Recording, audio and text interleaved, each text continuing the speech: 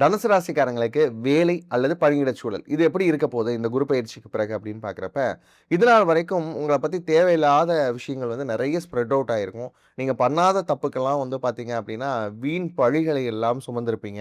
இந்த மாதிரியான விஷயம் எல்லாமே வந்து பார்க்குறப்ப, இந்த காலகட்டத்தில் குருவினுடைய பார்வையின் காரணமாக உங்களுடைய சுயத்தன்மை அப்படிங்கிறது வெளிப்படும். பணியிடச் சூழல்ல இவருக்கு இவ்வளோ பொட்டன்ஷியல் இருந்ததா அப்படிங்கிறதே மத்தவங்க யோசிக்கிற அளவுக்கு நீங்க செயல்படக்கூடிய ஒரு காலகட்டமாக தான் அமையப்போது.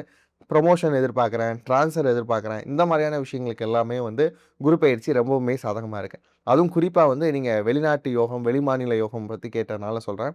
ராகு அப்படிங்கிற கிரகம் இருக்கு இல்லையா? இவங்க ராசியிலருந்து பார்க்குறப்ப கிட்டத்தட்ட வந்து 3ஆம் இடத்துல இருக்கு. அப்ப அதனால அந்த முயற்சிகள் எல்லாமே வந்து பலிதமாகக்கூடிய ஒரு காலகட்டமாக எடுத்துக்கலாம்.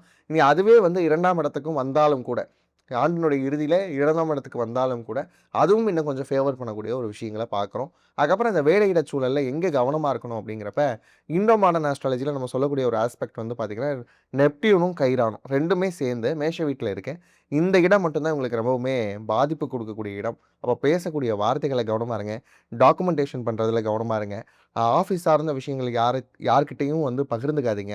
உங்களுடைய சேலரி எவ்வளோ? என்ன விஷயங்கள் இருக்கு? எதுவும் சொல்லாதீங்க. இப்ப வரக்கூடிய சேலரிய வச்சு மட்டுமே ஒரு லோன் எடுக்கலாம் அப்படிங்கிற லெவலுக்கு வந்து வந்துராதீங்க. ஏன்னா, இந்த காலகட்டத்தில லோன் எடுக்காம இருக்கிறது உங்களுக்கு நான் குடுக்கக்கூடிய ஒரு சின்ன அட்வைஸா வந்து எடுத்துக்கலாம்.